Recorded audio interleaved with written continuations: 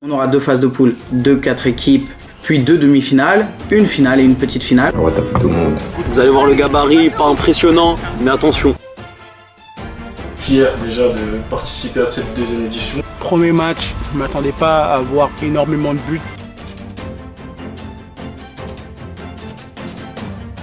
C'était pas un simple match là qu'il y avait entre les deux équipes. C'est limite Montargien qui affronte Montargis 2. Le projet c'était voilà, pouvoir créer une équipe qui est capable de battre l'équipe championne en titre.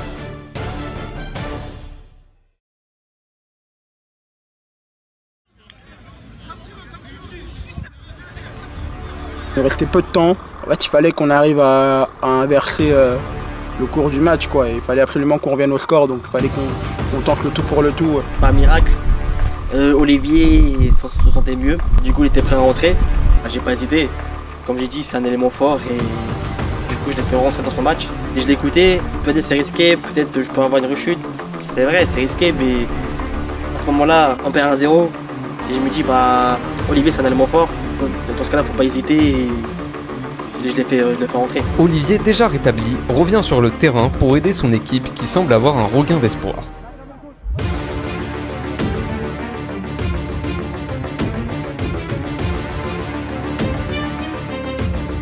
On sentait qu'en faisant quelques petits mouvements, nous aussi on pouvait les déstabiliser.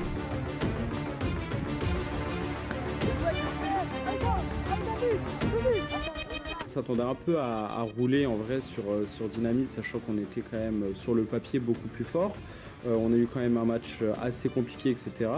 Donc on a été quand même assez détendu. Dès l'engagement, en fait, j'ai vu qu'ils ont pris un petit peu peut-être à la légère. Et sur le match, ça s'est vu.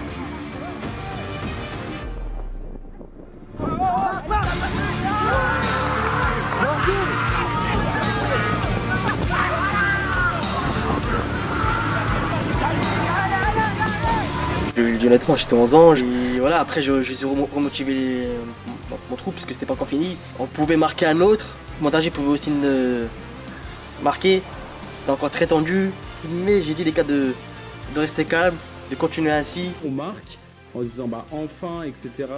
La suite logique et directement on se prend un but derrière. On va dire que sur le moment ça fait un peu mal, on commence à se poser des questions et à se questionner, mais on se dit quand même, ok, on est meilleur qu'eux, c'est un fait. Donc maintenant, il faut pousser, il faut essayer d'aller chercher la victoire tout simplement. À 2 minutes du terme, les deux équipes font preuve d'intensité et de combativité. D'un côté, Montargis veut passer devant, et de l'autre, Dynamite tient le point du nul.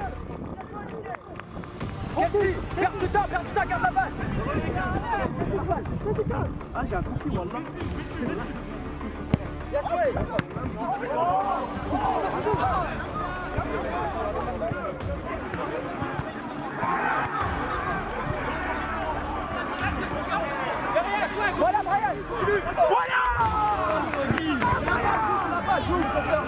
Putain, mon équipe a la grinta, a de l'envie. Mon équipe ne voulait pas perdre ce match. Et franchement, de ne pas perdre ce match, tout mon équipe savait. De ne pas perdre ce match, c'était un gros bonus pour nous, pour la suite du tournoi. Et quand j'ai vu ce tacle de Brian, que j'ai vu que tout le monde se déchirait en défense pour pas se prendre ce deuxième but, et également aussi d'avoir des petites occasions également pour gagner ce match. Parce que honnêtement, à la fin du match, c'était très serré d'un côté et de l'autre. À 15 secondes du terme, c'est finalement l'équipe Dynamite qui va se donner la meilleure possibilité.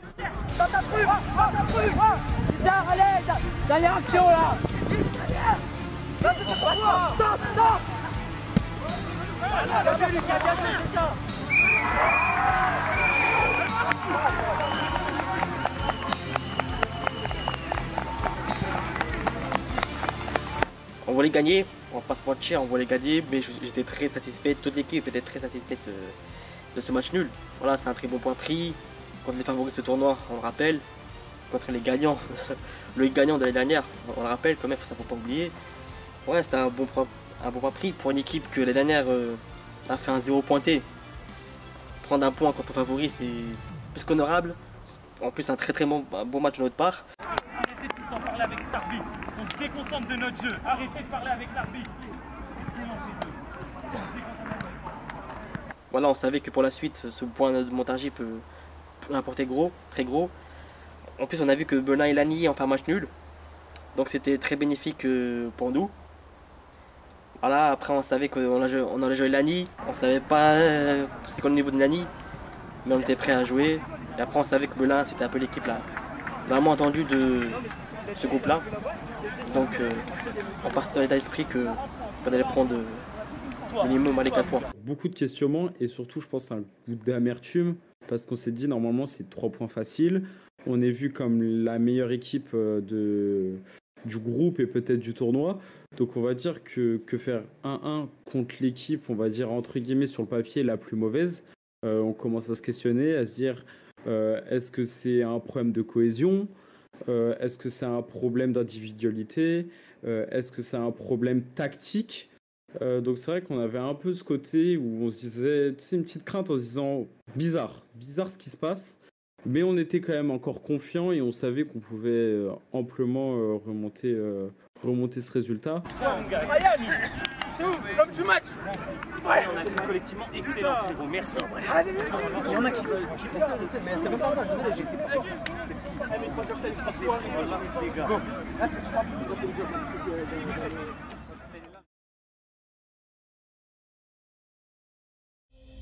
Maintenant que le premier tour était passé, enfin les premiers matchs, toutes les équipes avaient pu faire leur tour de chauffe. Et logiquement, là, on passait au second match du groupe A. Et avec la règle du goal average particulier qu'on avait installé avec l'UNO, le deuxième match était capital parce que le fait que toutes les équipes aient fait un match nul pour son entrée, une défaite pour ce second match-là, ça entraînerait potentiellement une élimination. En tout cas, comptablement, ce serait très difficile de revenir. Et une défaite pouvait déjà éliminer, tout comme une victoire en face, elle pouvait peut-être déjà potentiellement te qualifier.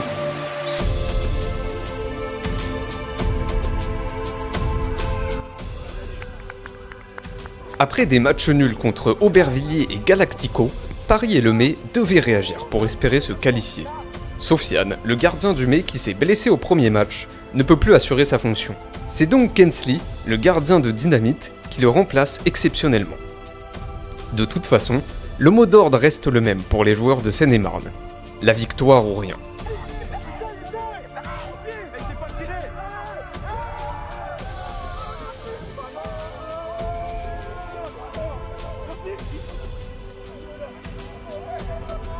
Les joueurs du May l'ont bien compris, un simple but ne suffit pas. Ils vont donc essayer de faire le break coûte que coûte.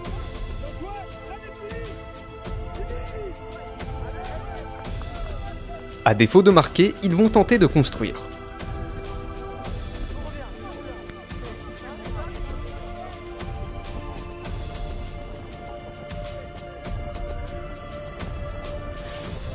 Mais comme le dit un célèbre combattant de MMA, il fallait surveiller les angles morts.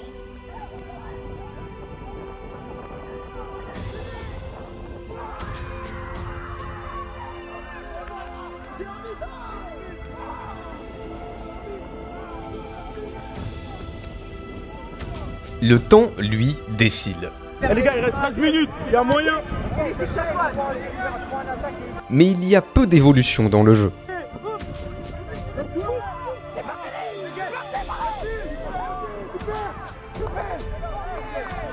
Au moins, aucune des équipes ne lâche le morceau.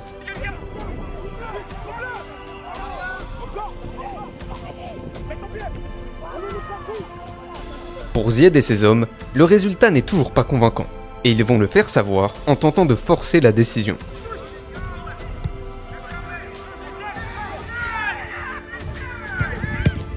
Mais comme tout à l'heure, faites attention aux contres et aux erreurs individuelles.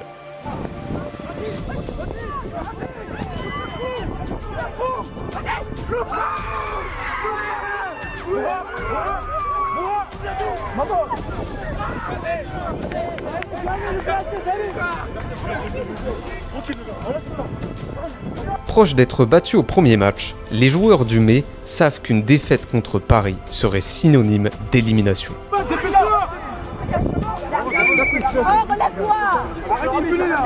Mais vont-ils pour autant se laisser faire ?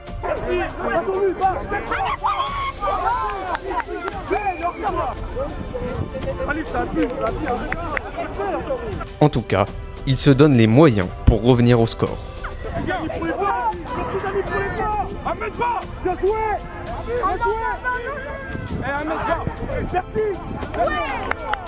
Et forcément, à force de faire pression, ça finit par payer.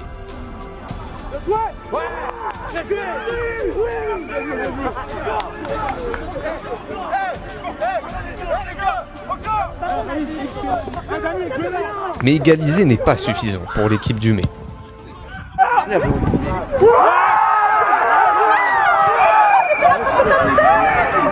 Non, Ahmed là, il y a combien là? Il y a 2-2, non, 3-2. Pour qui? Le Mai cherche toujours à faire le break et les Parisiens frustrés vont enchaîner les fautes.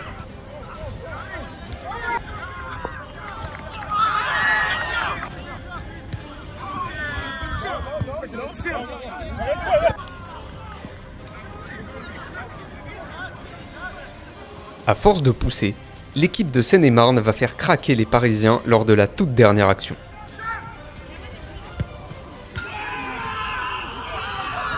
Le Mai s'impose et décroche quasiment sa qualification après une grande remontada.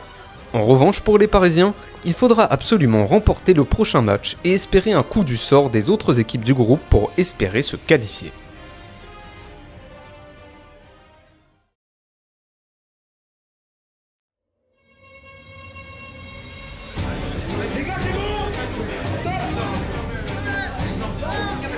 Début de l'autre match du groupe A entre Aubert et Galactico. Attention à l'équipe qui perdait ce match, ça pouvait être très compliqué pour la suite.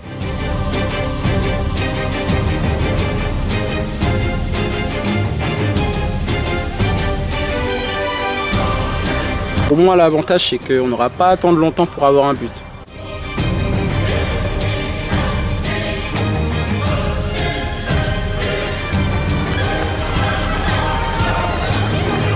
Et l'équipe de Mpolo va égaliser dans la foulée. Malheureusement, c'est un but que les caméras n'ont pas pu bien retransmettre. Mais en tout cas, ça va montrer une chose, c'est que les deux équipes se sont vraiment données à fond et qu'aucune ne voulait lâcher en fait.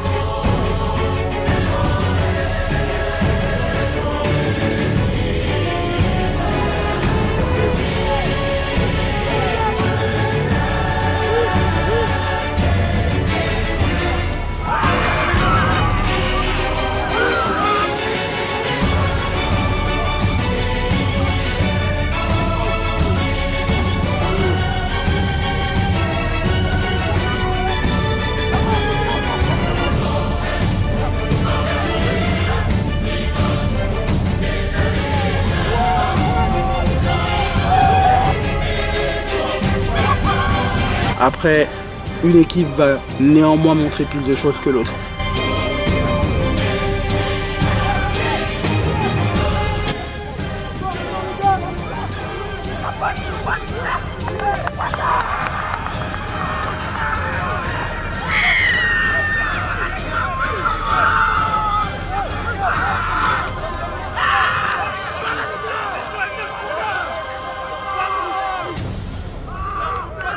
Après ça, bien sûr, le Galactico de Mpolo va chercher à revenir au score, mais en face, il y a un gardien qui est très très solide et qui, lui, ne veut absolument pas perdre ce match.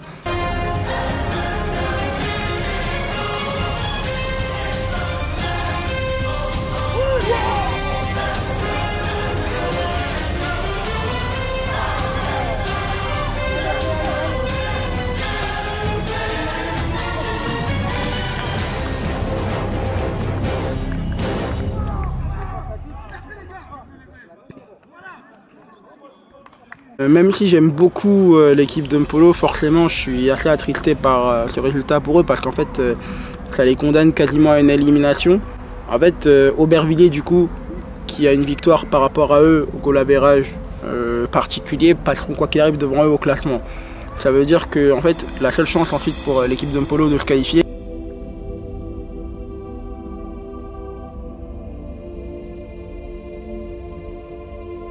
parce que vu que Galactico a fait un nul avec le Mai, bah, Galactico doit faire mieux que le Mai en fait. Enfin peut-être que comptablement c'est compliqué, mais en gros voilà, pour eux c'était assez. Pour eux c'était chaud, mais c'était pas impossible. Il fallait battre Paris, il fallait que Aubervilliers fasse le boulot.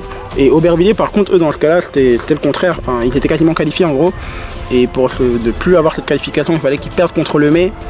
Et qu'à côté, c'est tout simplement de battre Paris lors du prochain match avec plus de 2 buts d'écart et qu'à côté Aubervilliers batte l'équipe du Metz-Lorraine. Tout pouvait se faire dans le groupe A, mais c'était compliqué pour Paris et Galactico qui venaient de perdre un match qui était crucial.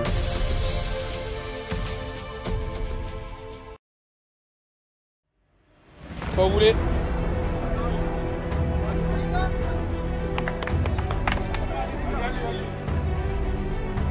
Comme pour le groupe précédent, une défaite à ce stade serait quasiment éliminatoire.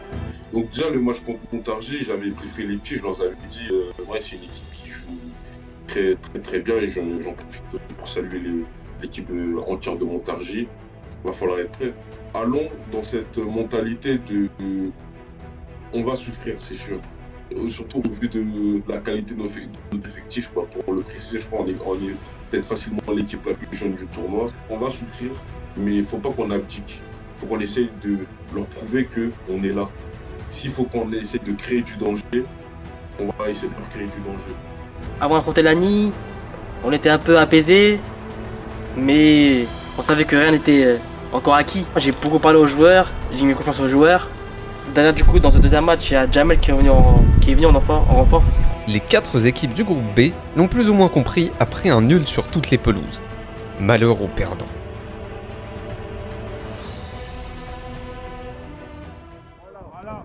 Les 2 matchs étaient lancés.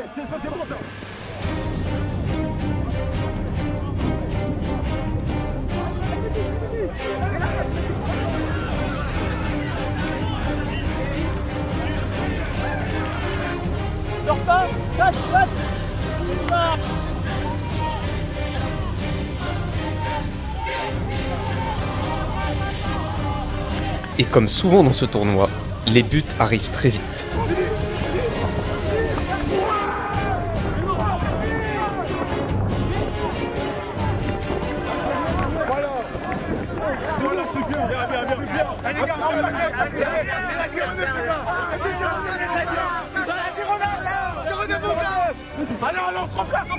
Malheureusement pour l'équipe de Melun, ce but aussi beau que étrange ne sera pas validé. Factuellement, donc on a une action, le gardien de Montargis qui dégage le ballon. Et sur un petit imbroglio avec la défense, il y a un attaquant qui arrive à tirer, la balle elle arrive de ma vision sur la ligne, le gardien la ressort. Donc moi, pour moi, de là où je suis, je ne vois pas le ballon passer la ligne. Je regarde mon arbitre de touche, l'arbitre de touche dit rien. Contre-attaque pour Melun, il y a un très bon joueur de côté de Melun qui s'appelle Fréjus qui déborde. Qui fait une tire croisée en plus sur son mauvais pied, enfin un tir croisé sur son mauvais pied durant la contre-attaque, qui arrive à marquer. Donc c'est un beau but, donc moi je chiffre le but. Mais tout le monde me dit, attention, la balle au tout début, elle est rentrée.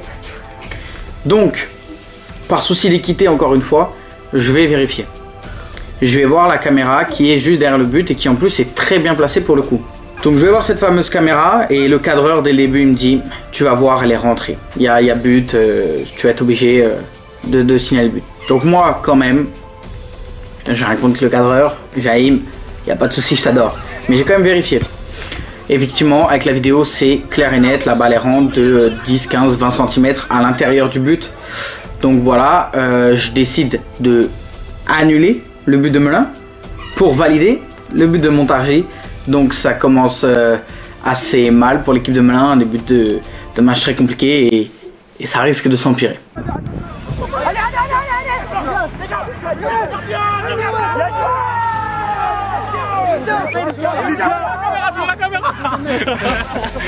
Elijah, va finir. Voilà. 3-0.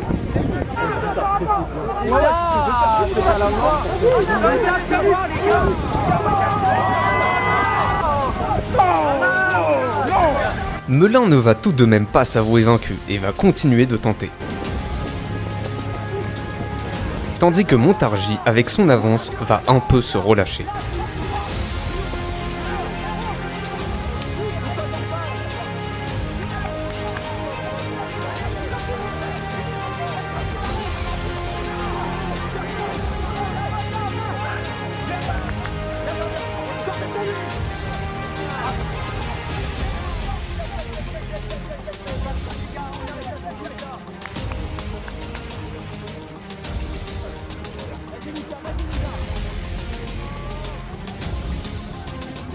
Mais face à une équipe qui laisse autant d'espace, difficile de ne pas en profiter.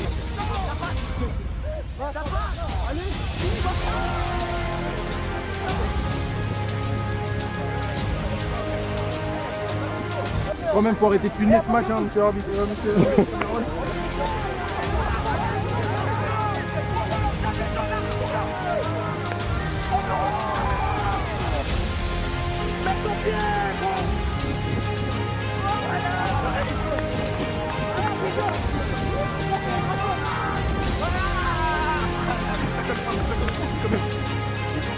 Quand je marque mon but, en vrai, j'ai quand même cette...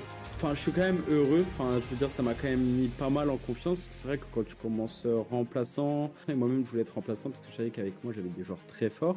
Et c'est vrai que avoir cette confiance aussi de mes coéquipiers qui me disent « Rentre sur le terrain, tu vas marquer » et que je puisse mettre mon but, bah, ça m'a permis de me mettre en confiance pour la fin du match et pour les matchs qui ont suivi.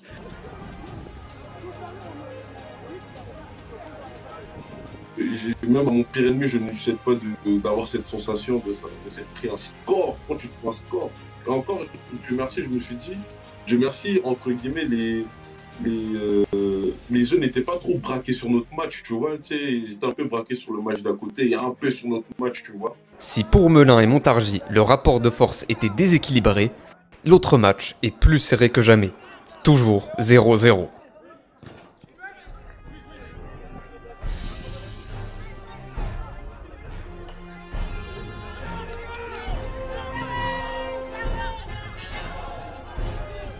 On était quand même plus dangereux offensivement, on savait créer des occasions, mais bon, Lagny, défensivement, est quand même une équipe très solide.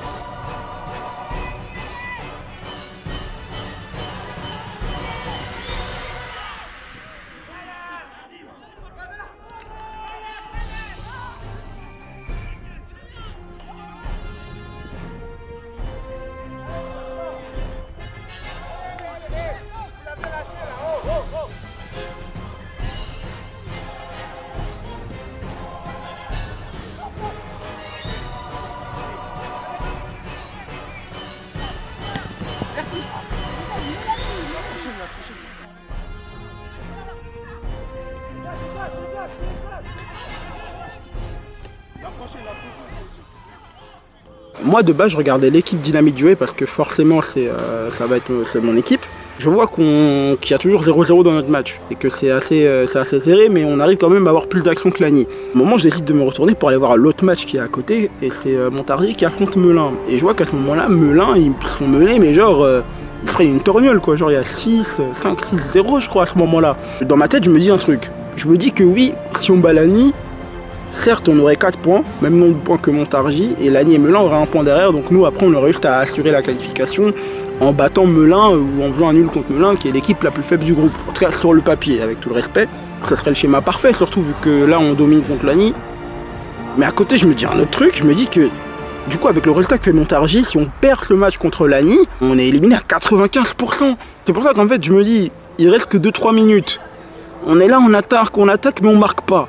Je me dis, je vais aller voir Shérif, du coup, qui est coach, pour lui dire que, en fait, là, le mieux, c'est de tout lâcher et juste de jouer la défense, en fait, de sécuriser la défense. On joue le nul, on s'en fout, on perd pas. Et au pire, on assurera contre Melun, parce qu'avec le 7-0 qu'ils se prennent, je pense pas, et je voyais même dans leur comportement, que je pense qu'ils avaient plus la tête. Enfin, psychologiquement, Montargis, il avait fait péter. Et nous, on aurait plus ou moins nos chances, en tout cas, contre eux, parce qu'eux étaient sûrs d'être éliminés, alors que nous, on aurait eu encore nos chances, en tout cas. Bah, à ce moment-là, je vais voir Shérif. Et au moment où je me retourne, Djabel a déjà fait une très bonne passe à G2. Et on sait, Guy Mike, c'est un mec qui loupe très rarement face à face. Dès que je vois Guy Mike bombarde sur le côté, j'ai me dit ça y est. Moi j'y croyais dès le début. Je savais qu'il y avait un but.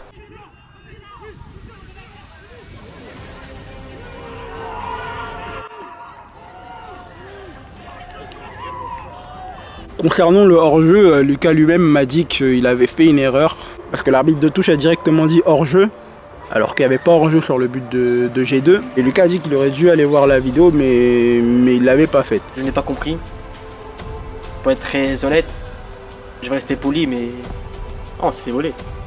Maintenant, est-ce que je lui en veux à l'heure actuelle? Bah non, non, parce que bah déjà c'est passé depuis des lustres et après ça reste du foot. Et puis je sais qu'il n'est pas arbitre pro. Et je sais que surtout qu'occuper un poste comme ça avec beaucoup de joueurs autour de toi qui viennent crier dessus et tout, c'est vraiment beaucoup de pression, genre c'est vraiment chaud et ça peut être même très chiant quoi. Moi je comprends pas. Je comprends pas pourquoi. Surtout moi j'ai demandé qu'on va la VAR. Ça n'a pas été pris en compte. Je pense que moralement ça tue l'équipe. On savait qu'il y a but, toute l'équipe savait qu'il y a but. L'ANI, même eux, savent qu'il y a but, il n'y a rien. Et après m'être mangé une clim de l'espace, du coup je suis tenu en haleine par le match. Ça m'a complètement phobié que je devais aller voir Sheriff pour lui dire que eh mec, on doit jouer la défense là, sinon c'est gay, c'est KO.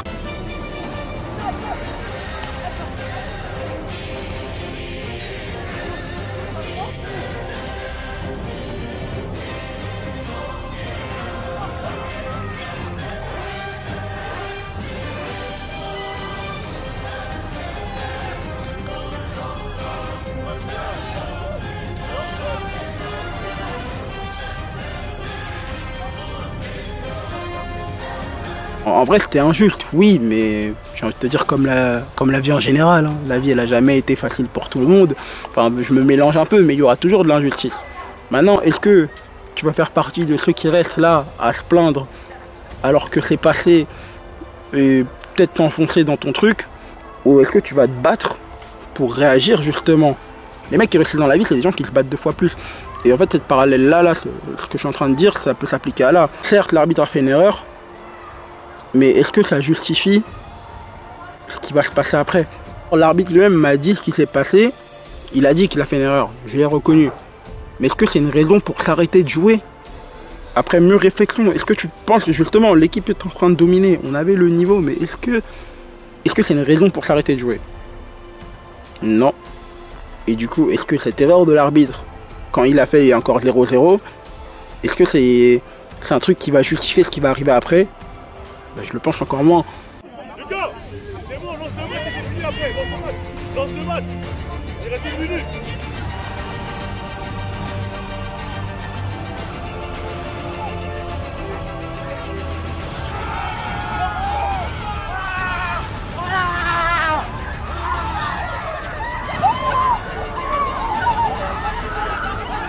On a demandé la VAR parce qu'on pensait qu'elle va hors jeu. Et pas hors jeu, c'était un très beau contre. Ça fait mal la dernière seconde.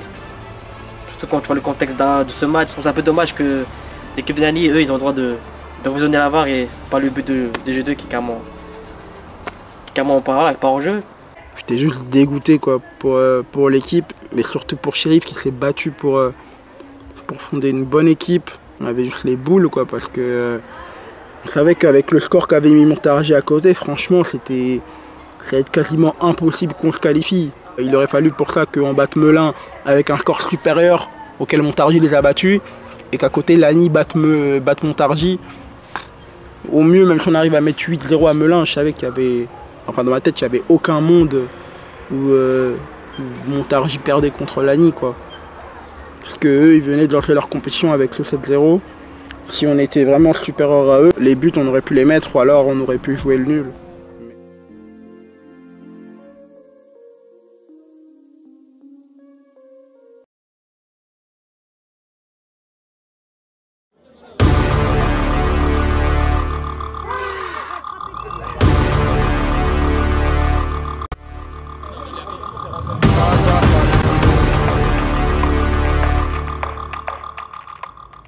Début des derniers matchs de groupe, la plupart des équipes connaissent le sort qui les attend, mais il serait intéressant de se faire un récap.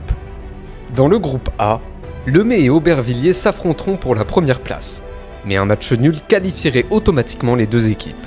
Paris, malgré sa défaite, peut espérer se qualifier si Lemay bat Aubervilliers par 3 buts d'écart et s'ils battent Galactico de leur côté.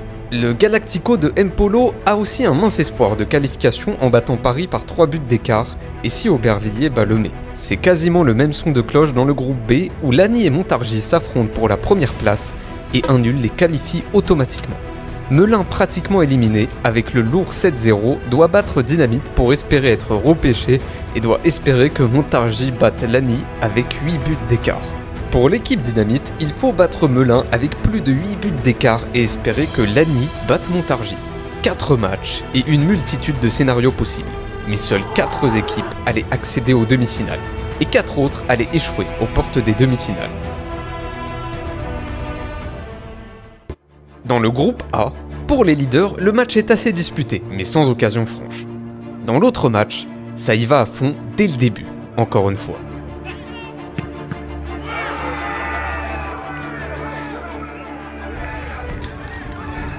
Mais Paris va égaliser juste après.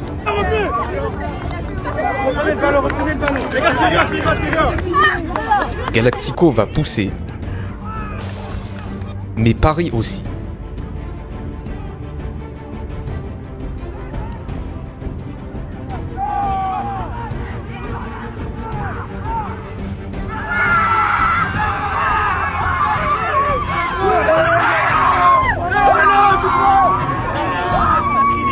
Paris fait le job de son côté.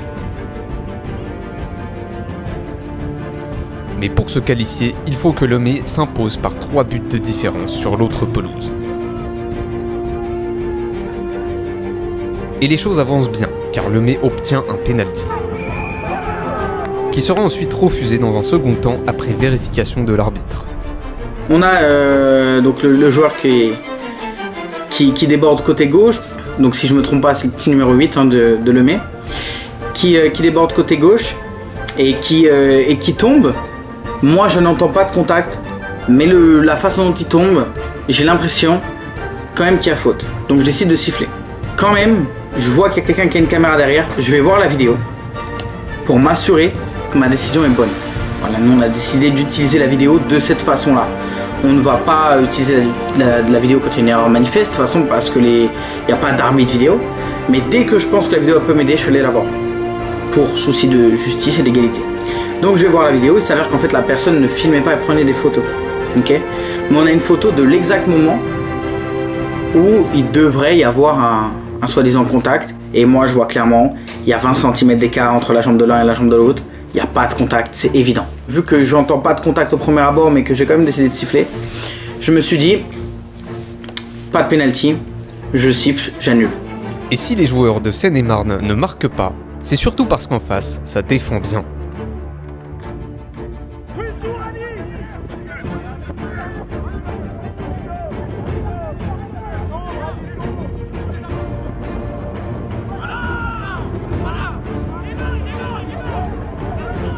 Pendant ce temps, sur l'autre terrain, Paris alourdit la marque.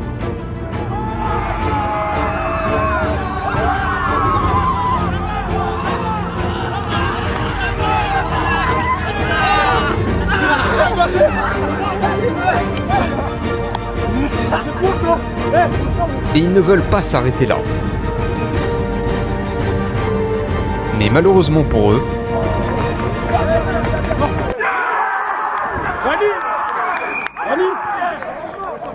l'équipe du 9-3 prend la première place du groupe et il compte bien la garder.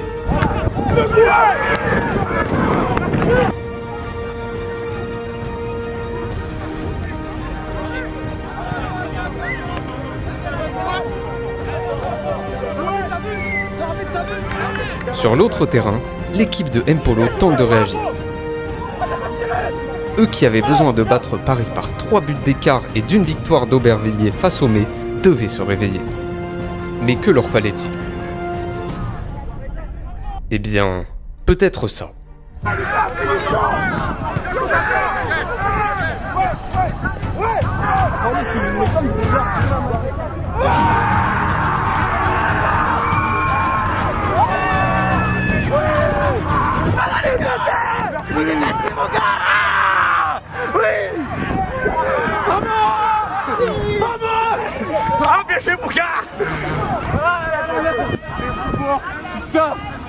Mené 2-0, Lemay est toujours qualifié grâce au résultat de l'autre match. Mais espérons pour eux qu'ils ne se reposent pas dessus, parce qu'une surprise peut très vite arriver.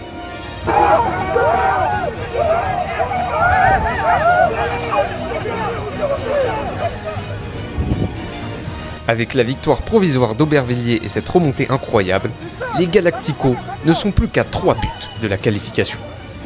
et ils vont s'en donner les moyens.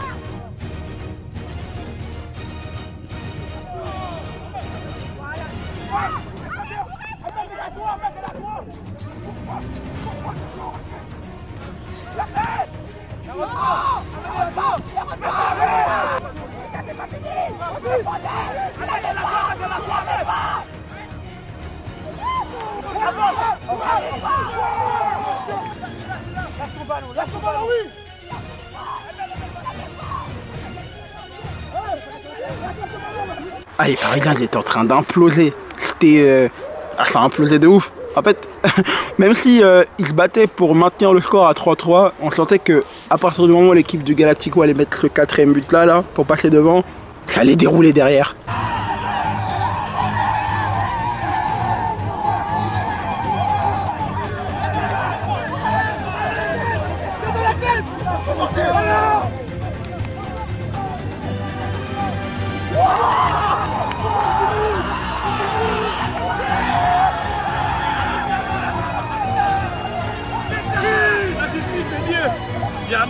La mentalité.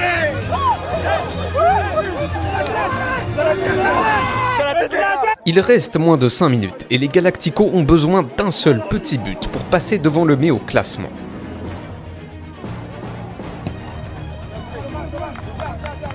En fait, à ce moment-là, c'était juste mathématique. Vu que le Lemay et Galactico avaient fait un nul, que le Lemay est en train de perdre contre Aubervilliers, et que Galactico est en train de battre Paris avec une meilleure différence de but que ce qu'a fait le Lemay, donc plus de 2 buts d'écart, donc là il y avait 6-3, donc 3 buts d'écart, bah logiquement c'est Galactico qui prend la place du Lemay en tant que deuxième dans le groupe. En fait il faut donc que le Lemay ne prenne aucun point contre Aubervilliers, c'est-à-dire que concrètement qu'ils perdent, pendant que Galactico eux mettent 3 buts d'écart à Paris, si Galactico veut se qualifier en fait, c'est le dernier espoir. Et franchement c'est un scénario qui était tiré par les cheveux avant le début du dernier match, et en fait là, factuellement sur le terrain, on voit que c'est possible en fait.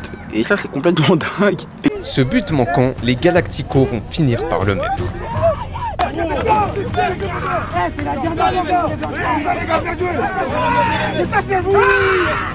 Si l'équipe de Mpolo a gagné 6-3, à côté il fallait absolument que Aubervilliers fasse le boulot contre le Lemay avec n'importe quel score tant qu'il les battait. Ça passait pour Galactico et Aubervilliers. Quoi qu'il arrive du coup avec la défaite de Paris, Aubervilliers était quoi qu'il arrive qualifié. L'équipe de Mpolo a fait ce qu'elle avait à faire. Maintenant, leur destin ne dépendait plus d'eux, mais ça, ils ne le savaient pas. En parlant justement du Lemay,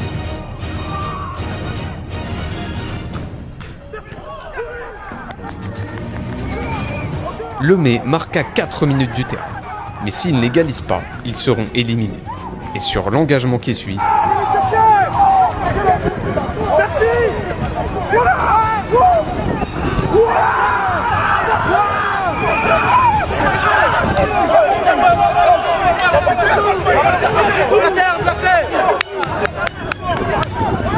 ce nul, qui élimine finalement les Galacticos, ne convient à personne. Et les deux équipes cherchent à inscrire le but du chaos dans les derniers instants. Sois intelligent Nabil, sois intelligent leur jeu.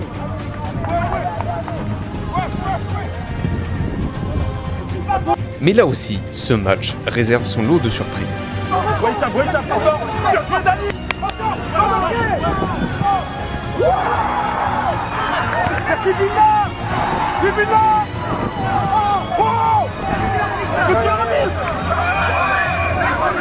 Dans le contexte, il y a déjà 2-2, hein. Donc c'est un match très tendu, sachant que Aubervilliers menait 2-0, que le Lemay est revenu en 2 actions, dont une action litigieuse où on m'avait déjà réclamé quelque chose, une faute sur le gardien, que moi, de mon point de vue, je ne vois pas. Donc, je ne siffle pas, toujours avantage à l'attaque. Pour moi, je ne voyais pas le contact, donc voilà. Donc déjà, les joueurs d'Aubervilliers pouvaient être tendus vis-à-vis de cette situation-là. Et là, j'ai cette situation qui arrive dans la surface, donc je vois un ballon qui arrive dans la surface en rebondissant.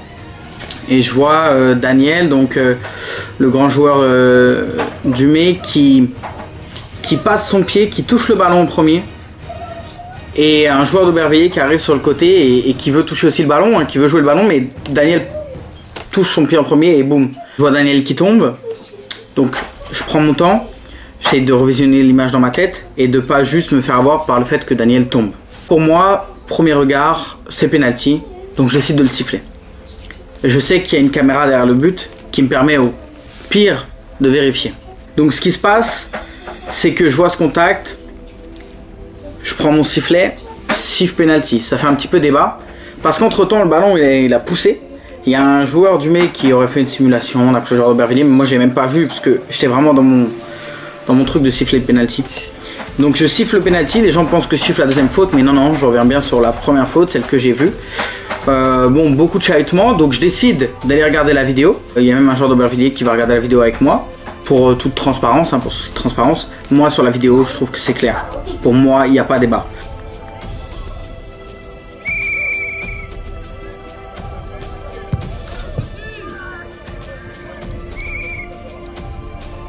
Les joueurs d'Aubervilliers poussent pour revenir au score. Et ils vont même manquer l'immanquable.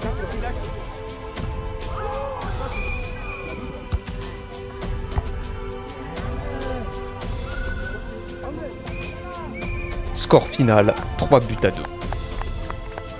Le Mets finit en tête de son groupe et invaincu. Aubervilliers prend la seconde place avec 4 points.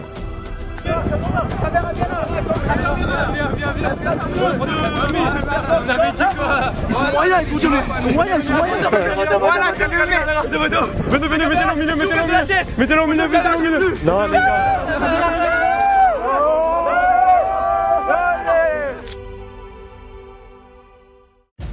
Dans l'autre groupe, c'est le même son de cloche.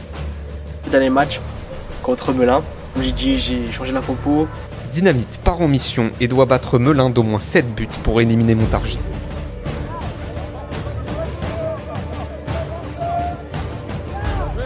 Fini. Oui. Mais en face, Melun ne se laisse pas faire.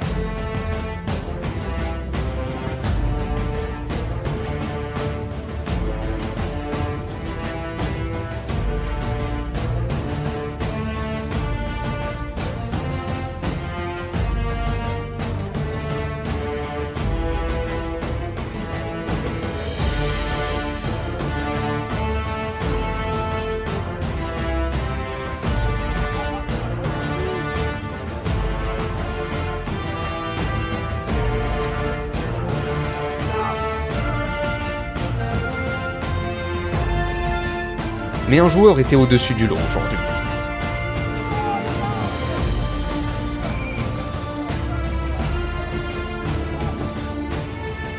Ouais, ce match il était un petit peu particulier parce que forcément il représente l'équipe Dynamite.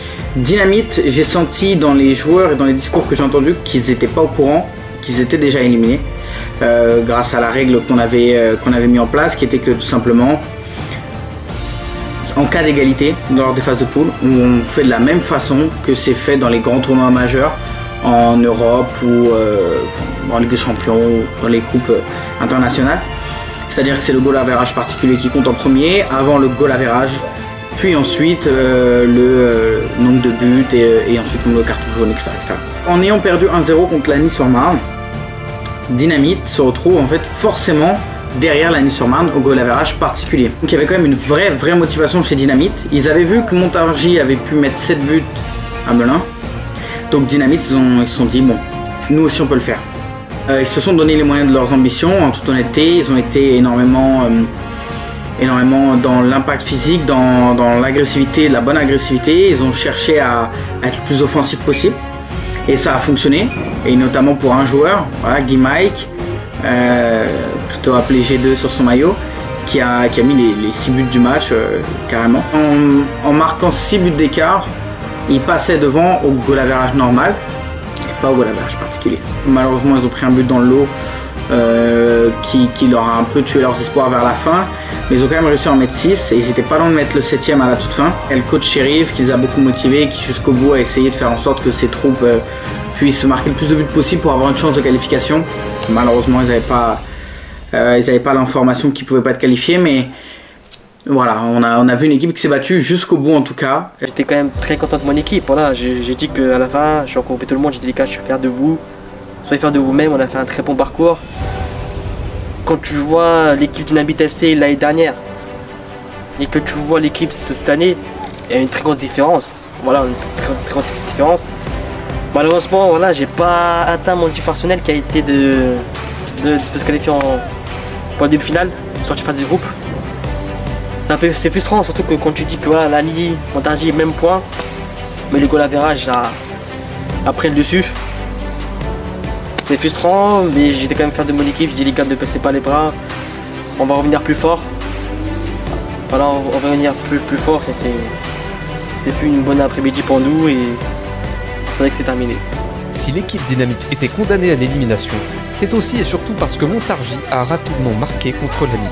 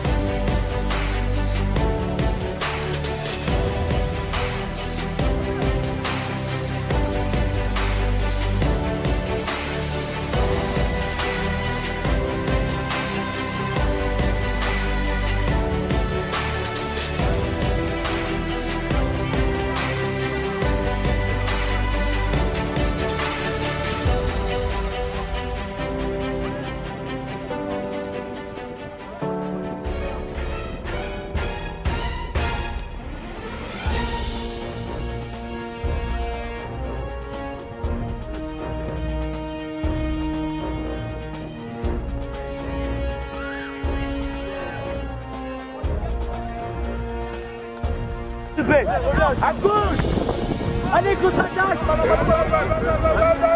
Faites le retour, les gars. Revois. Du gauche. Wesh, les gars. Les gars. Faites le retour. T'es une légende. T'es une légende. Les gars, wesh.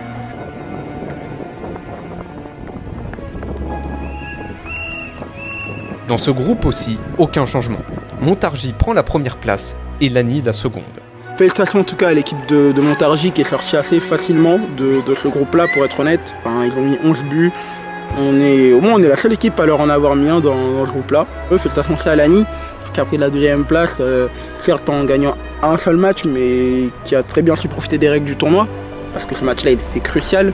Et à côté de ça, ils ont géré avec un nul arraché dans les derniers instants contre Melun. Donc là aussi, ils méritent leur qualification. Et félicitations aussi du coup à Aubervilliers et Lemay pour leur qualification. Forcément, je pense qu'on allait avoir un gagnant en tout cas qui méritait son titre.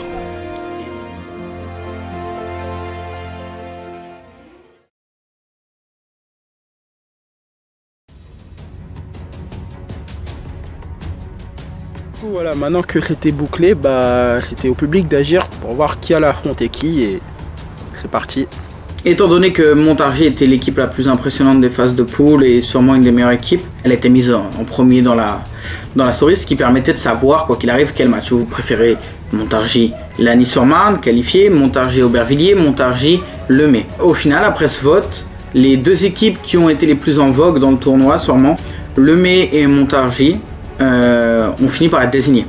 Donc on a notre première demi-finale et de facto on a aussi la deuxième puisqu'il ne reste que Aubervilliers et Lagny-sur-Marne. Donc on a nos deux demi-finales décidées directement par le vote du public. On avait envie de donner cette importance là au public, qui puisse agir sur le tournoi et sur son déroulé, qui soit pas seulement spectateur mais aussi protagoniste de ce tournoi. Alors d'un côté il y avait Montargis et Lemay, c'était un peu les deux favoris, un peu dégoûté qu'ils s'affrontent en demi-finale.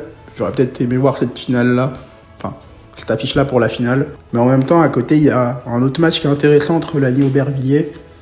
Et ce qui rend ce match intéressant, pour moi, c'est la présence des deux gardiens qui sont, pour l'instant, selon moi, les deux meilleurs gardiens du tournoi. Donc très belle confrontation en perspective. Initialement, les demi-finales devaient se jouer à 11 contre 11, mais avec beaucoup de contraintes, enfin les contraintes qui se présentaient, c'est-à-dire perte de batterie pour les caméras, pour gagner du temps aussi, parce que le tournoi on a commencé un peu plus tard que prévu. Pour plusieurs facteurs, on a décidé de garder la formule à 8 contre 8.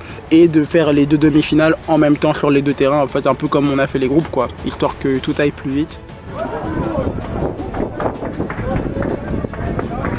Et Lemay et Montargis, donc les 2 équipes qui ont fini première de leur groupe, qui ont fait meilleure impression dans ce tournoi tout simplement.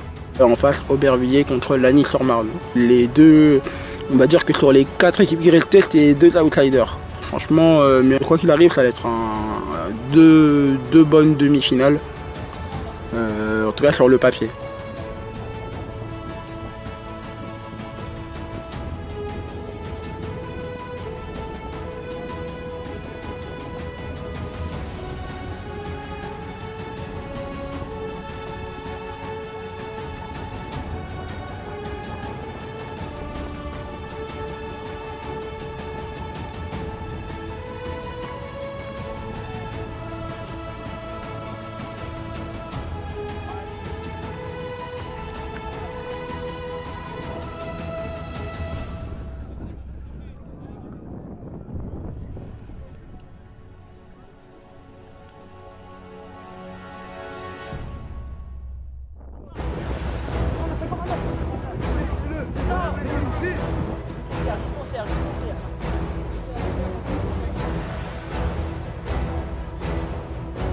Allez, tournez.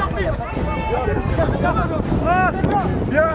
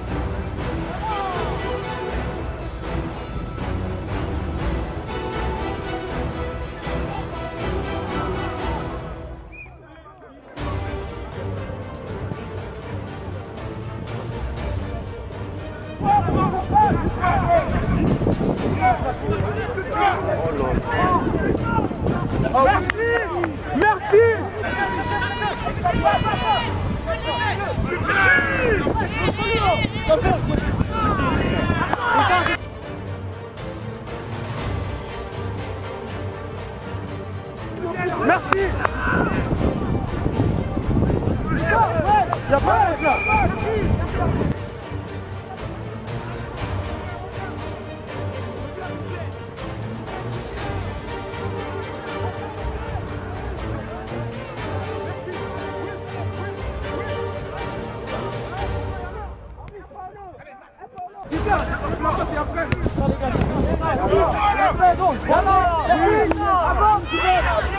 Allez, joue bien, voilà.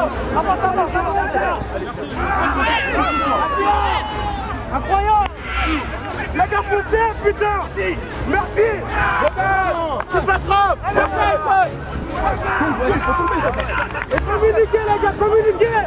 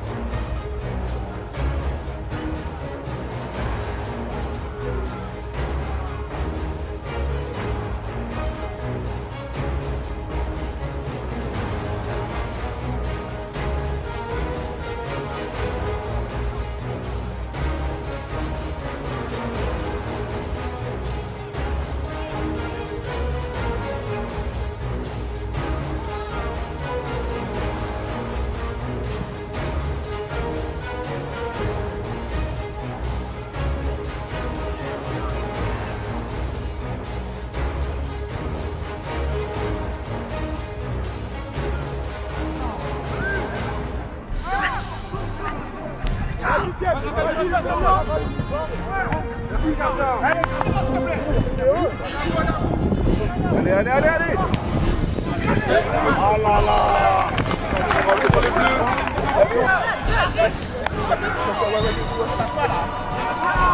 Ah, il a. Allez,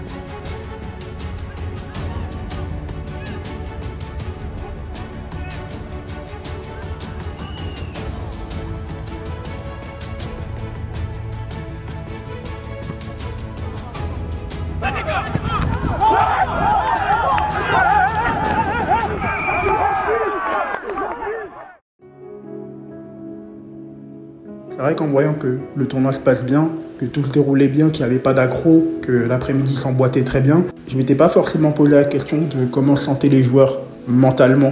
Parce qu'en fait, avec un après-midi aussi pour eux, forcément, ils doivent passer par différentes étapes. Ils peuvent rapidement passer de la joie à la colère. Et ça, malheureusement, c'est un truc que j'avais pas prévu. Mais je vais bientôt en faire les frais.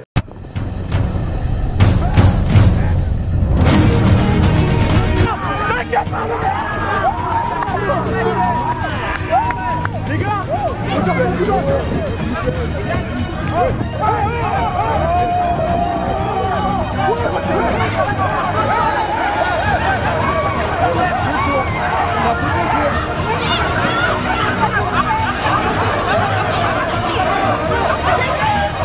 Moi j'ai appris sur la route en rentrant chez moi et très choqué. Franchement, je me très choqué par l'événement, ce qui s'est passé. Ah mais là franchement, j'avais pas les mots. J'avais pas les mots. Et c'est sur ces images plus ou moins tristes que va s'arrêter la deuxième édition de la Dynamix League.